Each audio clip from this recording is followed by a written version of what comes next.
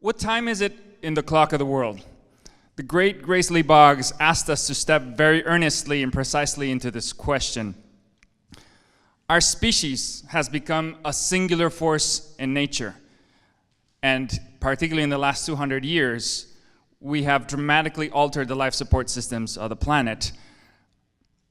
Resource-intensive industrial production driven by power, privilege, patriarchy, white supremacy, it is outstripping the regenerative capacity of our ecosystems, of life itself. Simply put, you can't take more than you put in and not head towards collapse. That is one of the key lessons that we need to really digest and breathe about this moment in time, and which the extractive economy, unfortunately, completely chooses to ignore. So there are many ways of saying it, many colorful characters who say it. Our own Gopal Dayaneni says it this way: we're exploiting ourselves toward extinction. And in this context, one thing that has become very clear, particularly in the last year, is that instability is the new normal. We are committed to an epic future. And the question becomes, will it be collapse or will it be a transition? More precisely, a just transition. That depends on us. Who leads the transition determines what the outcome will be. So I'd like to introduce a framework to talk about movement strategy based in the current reality. And I'm going to call it shocks, slides, and shifts. And it's all about how do we position ourselves to actually win the shifts that we so desperately need. So when I talk about shocks, I mean something very precise. Acute moments of disruption.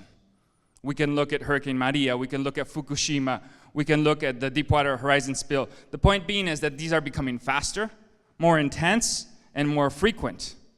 And as the extractive economy squeezes more and it has less latitude because growth on a finite planet makes no sense, the corollary social shocks are manifesting as well. Extraction at a human level becomes this. So whether it's police terror or war or market crashes created by speculative bubbles or what we're seeing through severe displacement, these are all acute moments of disruption that are literally killing us in more intense ways. But there are also slides. So what I mean by slides is these may not be acute, but they can be equally catastrophic. Sea level rise being an example of this. And the longer we wait to address the root cause of these, the harder it is to hold them back and the more intense the outcome. So the collapse of industrial agriculture in California would be another example of a slide. Drought in California is yet another example of this slide. So in a 5+ year drought, prior to the fires we experienced a couple months ago, 100 million trees died in California, dried up literally. 35 million of those in 2016 alone. So this is when you see the acute meet the chronic. You have a slide, and then it leads to a shock, the fires. Why am I saying all this? Because people in power have been studying and are preparing themselves for these shocks and slides. So when you have fire like we experienced in Santa Rosa and beyond, if you have fires as a shock and you have a prison industrial complex, you get prison firefighters.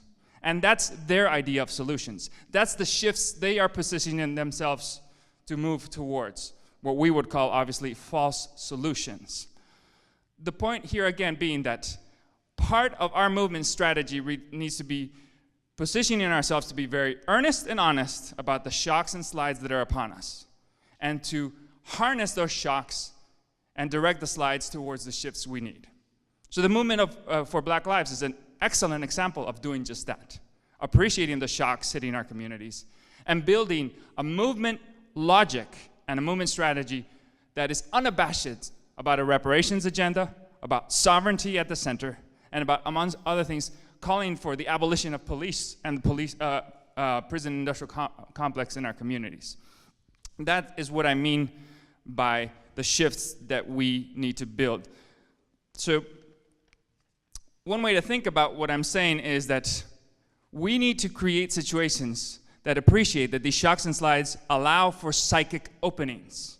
And these psychic openings expose the system. And if we position ourselves properly, We can drive wedges in those cracks. And as Jaron so wonderfully put, if we dream in public, if we manifest in real time what the world we so desperately need looks like, one way to think about it is what the hands do, the heart learns.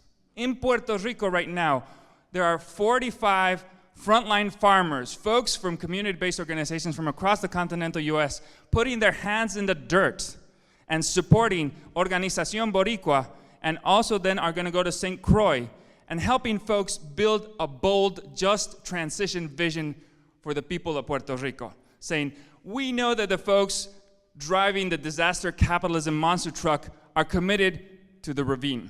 They know no better. I think if there's one thing I would ask folks to walk away from is to appreciate that all capital that is in the hands of philanthropy right now was stolen. It was built on stolen land and stolen labor.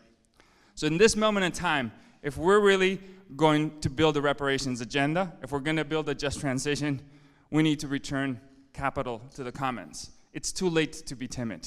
We must be bold, we must be audacious if we're going to build a just transition. Thank you.